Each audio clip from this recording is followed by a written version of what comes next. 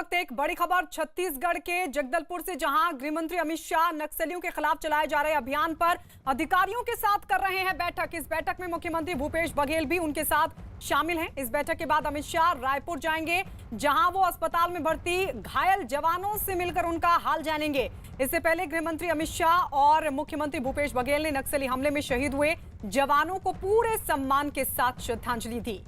एक दिन पहले बीजापुर में हुए नक्सली हमले में सुरक्षा बल के 22 जवान शहीद हुए, जबकि 31 जवान जख्मी हुए हैं। वहीं सीआरपीएफ का एक जवान अभी भी लापता बताया जा रहा है, जिसे तलाशने के लिए सर्च ऑपरेशन चलाया जा रहा है। इस सबके बीच जो बड़ी खबर मिल रही है वो ये कि अधिकारियों के साथ गृह मंत्री अमित शाह बैठक कर रहे हैं, जिसमें छत्तीसगढ़ के मुख्यमंत्री भूपेश बघेल भी शामिल हैं।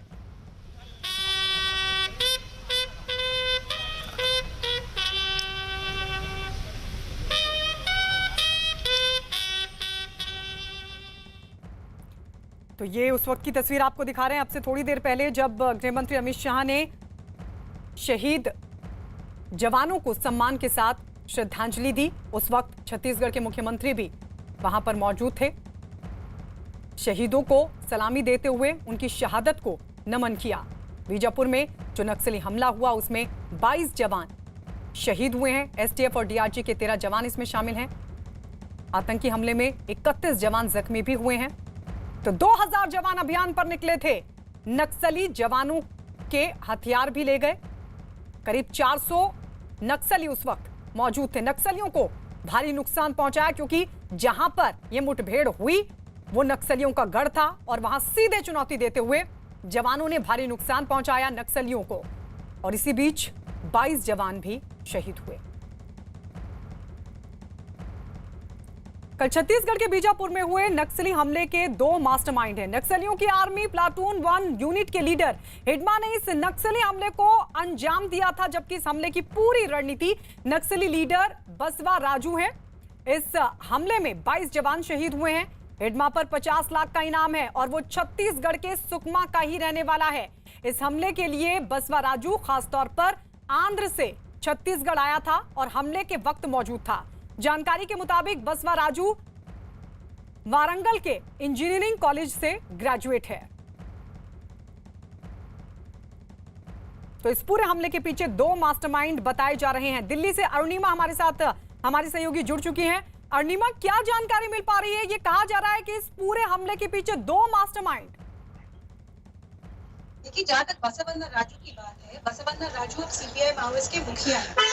गणपति ने चार्ज हैंडओवर कर दिया था पिछले साल और तब से बसवन्ना राजू सीपीआई माओवादियों को एक नया डायरेक्शन देने की कोशिश कर रहे हैं। दोनों के अप्रोच में, गणपति और बसवन्ना राजू के अप्रोच में जो फर्क सरेंडर्ड नक्सलियों ने बताया है पुलिस वालों को, वो ये है कि गणपति सीपीआई माओवाद के मूवमेंट को पॉलिटिकल डायरेक्शन देना चाहते थे, जबकि बसवन्ना राजू का अप्रोच मिलिट्री है। वो चाहते हैं कि कम एनकाउंटर्स हो पुलिस वालों के साथ, लेकिन हर एनकाउंटर में मैक्सिमम कैजुअलिटी इंफिक्ट की जाए। उनका पूरा अप्रोच मिलिट्री कमांडर के जैसा है और इसमें उनकी मदद कर रहे हैं 1st बटालियन जो मिलिट्री है सीपीआई माओवाद की, उसके मुखिया हिडमा जो है वो वहीं के रहने वाले हैं, ट्राइबल हैं। आपने देखा होगा सीपीआई माओवाद में अभी तक जितने भी लोग ऊपर तक पहुंचे हैं, चाहे वो किशन जी हो, चाहे गणपति हो, चाहे बसवन्ना राजू खुद हो, वो सब आंध्र तेलंगाना के रहने वाले हैं। हिडमा जबकि ट्राइबल है, इसी बस्तर इलाके के रहने वाले हैं, इंग्लिश बोलते हैं और हमेशा हाथ में एक नोटबुक रखते हैं। और ये भी कहा जाता है कि वो गोंडी, हल्बी जैसे जो लोकल भाषाएं हैं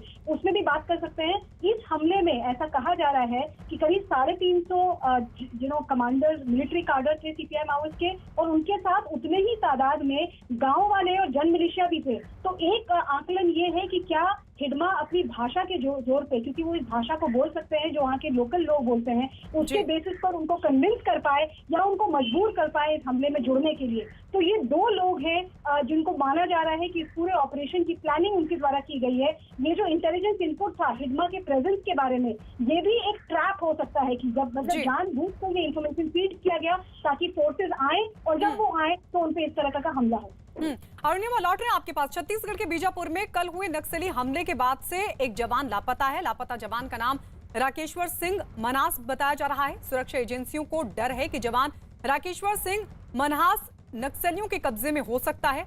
राकेश्वर सिंह मनहास जम्मू के रहने वाले हैं और उनके बारे में अब तक कोई जानकारी नहीं मिल पाई है, जिसकी वजह से उनके घर वाले बेहद परेशान हैं। सीआरपीएफ का इस जवान को खोजने के लिए सुरक्षा बल ने अभियान चलाया हुआ है। कल हुए नक्सली हमले में 22 जवान शहीद हुए थे।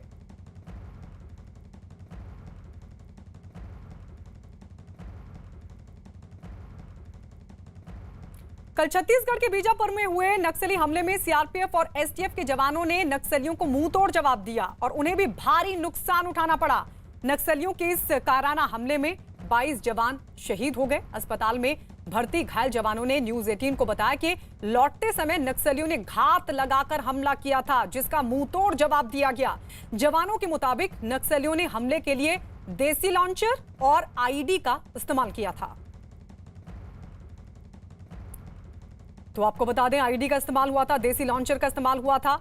31 के करीब जवान अस्पताल में भर्ती हैं, जिनका इलाज चल रहा है। लेकिन न्यूज 18 के साथ जब उन्होंने बात की तो जवानों ने बताया कि किस तरीके से घात लगाकर ये पूरा हमला हुआ था। लौटते समय नक्सलियों ने घात लगाकर ये हमला किया था और हालांकि जवानों की तरफ से भी मुंहतोड़ जवाब दिया गया था। घायल जवानों ने यह बताया कि नक्सलियों ने हमले के लिए देसी लॉन्चर और आईडी का इस्तेमाल किया था।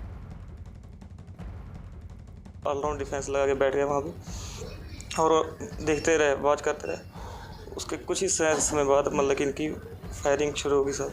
जो मतलब कि यूजुअल के ग्रेनेड थे वगैरह और कुछ इम्प्रोवाइज उन्होंने बनाए थे, वो फायर करने लगे। जी सर, वहाँ उस समय था, मैं तब जानकारी के अनुसार 8-9 नक्सली तो गिरे हैं, पर उन लोग बॉडी लाने नहीं दिए, बहुत तगड़ा फायर कर रहे थे।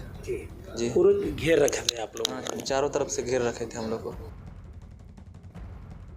अरुणिमा हमारी सहयोगी लगातार हमारे साथ बनी हुई है। अरुणिमा, घायल जवानों ने बताया कि देसी लॉन्चर आईडी का इस्तेमाल किया गया था। किस तरीके से इस पूरे हमले को अंजाम दिया गया था? लेकिन आप जिस तरीके से बता रही हैं, इस पूरे हमले में 2 मास्टरमाइंड, हिडमा के अलावा बसवा राजू वारंगल, ये कितना गंभीर मसला हो जाता है, कितना गंभीर और चिंता का विषय? देखिए, बसवन्ना राजू सीपीआई माओइस्ट के ओवरऑल मुखिया हैं, तो उनका निटिग्रिटीज में शायद रोल ना रहा हो, बट ओवरऑल प्लानिंग में उनकी छाप जरूर है। एक्चुअल एनकाउंटर के दौरान हिडमा उसी इलाके में प्रेजेंट थे, तो जो एक्चुअल ग्राउंड पे गाइडेंस है वो हिडमा की तरफ से आ रहा था। क्या हुआ, कैसे ये एम्बुश को अंजाम दिया गया, इसके बारे में जो सर्वाइवर्स ने बताया है वो ये है कि 4 अलग अलग जगहों पे एम्बुश रखा गया था। करीब 2000 जवान थे, अलग अलग कैंप से जा रहे थे। एक एम्बुश उन्होंने तोड़ा जो कि एक हिल टॉप पे था, और वहां जब फायरिंग होने लगी तो टुकड़ी एक जवानों की नीचे की तरफ भाग कर गई जहां गांव थे, और उन्होंने घरों के आसपास छुपने की कोशिश की। उनको ये नहीं पता। सीआरपीएफ